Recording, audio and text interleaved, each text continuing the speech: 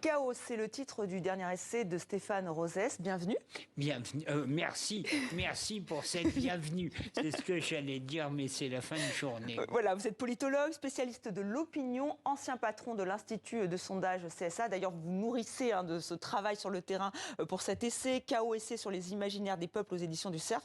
C'est un dialogue, je le signale, avec votre confrère Arnaud Benedetti. Quand vous parlez de chaos, on vient de parler des attentats de Bruxelles, il y a eu les attentats de Paris. Ce chaos, c'est ces menaces qui pèsent sur la société?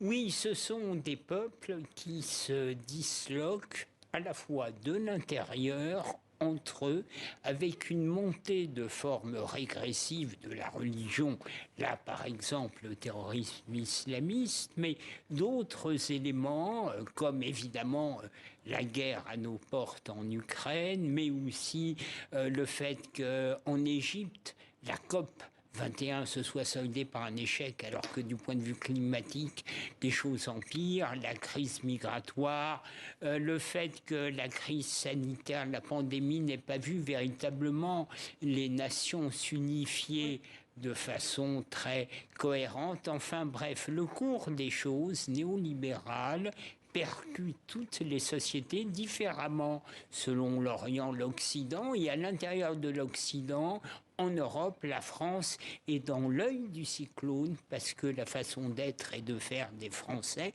est absolument l'inverse de l'idée qu'il ne faudrait pas construire un avenir politique mais s'adapter à des règles du moment. Alors Stéphane Rosès, vous rappelez que les Français sont les plus pessimistes. Vous nous parlez aussi de la notion d'imaginaire. Alors est-ce que c'est la culture? Est-ce que c'est l'identité? Est-ce que c'est ce qui fait qu'on est un tout, un peuple? Oui, au fond, vous l'avez dit, nous sommes les plus pessimistes au monde alors que notre situation économique et sociale, quoique dégradée, est pour nos amis étrangers enviable et donc envié. Et donc, comment expliquer ça? Comment expliquer que nous soyons les plus pessimistes? Eh bien, justement, parce que chaque peuple a une façon d'être et de faire, ce que j'appelle un imaginaire, c'est-à-dire il construit un rapport au réel qui est singulier.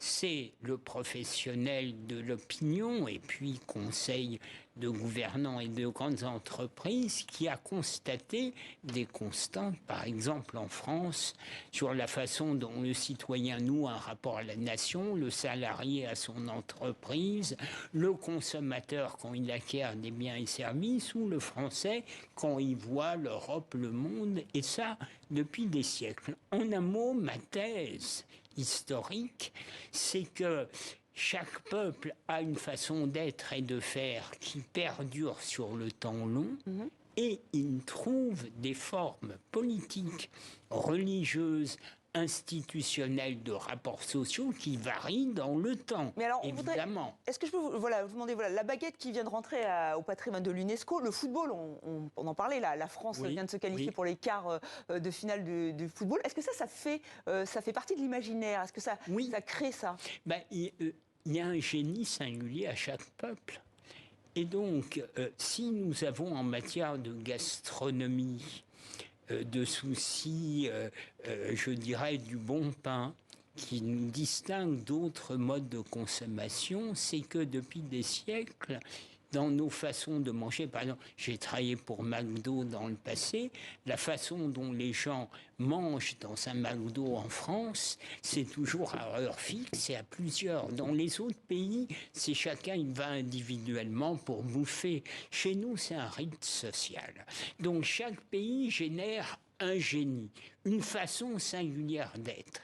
Et si la France s'affaisse aujourd'hui, c'est parce que nos gouvernants, voyant tout que par l'économie ou l'expertise ou la technostructure, ont méconnu le génie français. Ils n'ont pas pris en compte notre singularité. Justement, vous évoquez l'Union européenne, vous en parlez et vous dites qu'il y a une différence de vie, enfin, qu'elle a été presque créée, pas sur un malentendu, mais que les Français ne sont pas en adéquation avec cette Union européenne parce qu'elle n'a pas été construite selon leur Singularité? Oui, spontanément, nous sommes avec les Italiens les plus pro-européens. Sauf que la façon dont on voit l'Europe, c'est la France en grand, c'est-à-dire une puissance qui se construit politiquement, économiquement, socialement dans le monde. Et donc, nous avons été, dès le départ, avec l'Italien Casperi, Schuman, Monet, nous avons été au départ à la fondation. Et puis quand il y a eu la réunification allemande, Mitterrand et Kohl ont mis en place des institutions que nous avons portées par universalisme, parce qu'on a besoin d'embrasser le monde et les autres, sans voir que les mécanismes que nous mettions en place correspondaient à l'imaginaire allemand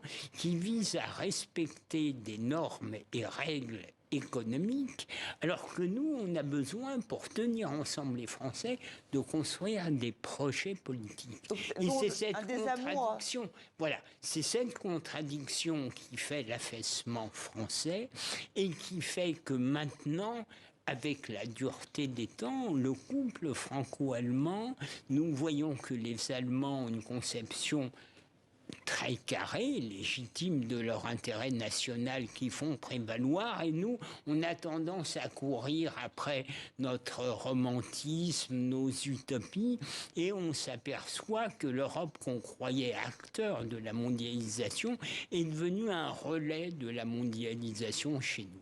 Merci Stéphane Rosès d'avoir été en direct dans 64 minutes. Merci à vous. Beaucoup de sujets sont abordés donc dans cet essai. J'en rappelle le titre, Chaos, essai sur les imaginaires des peuples aux éditions du Cerf, avec beaucoup d'exemples concrets. Merci encore. Merci à vous.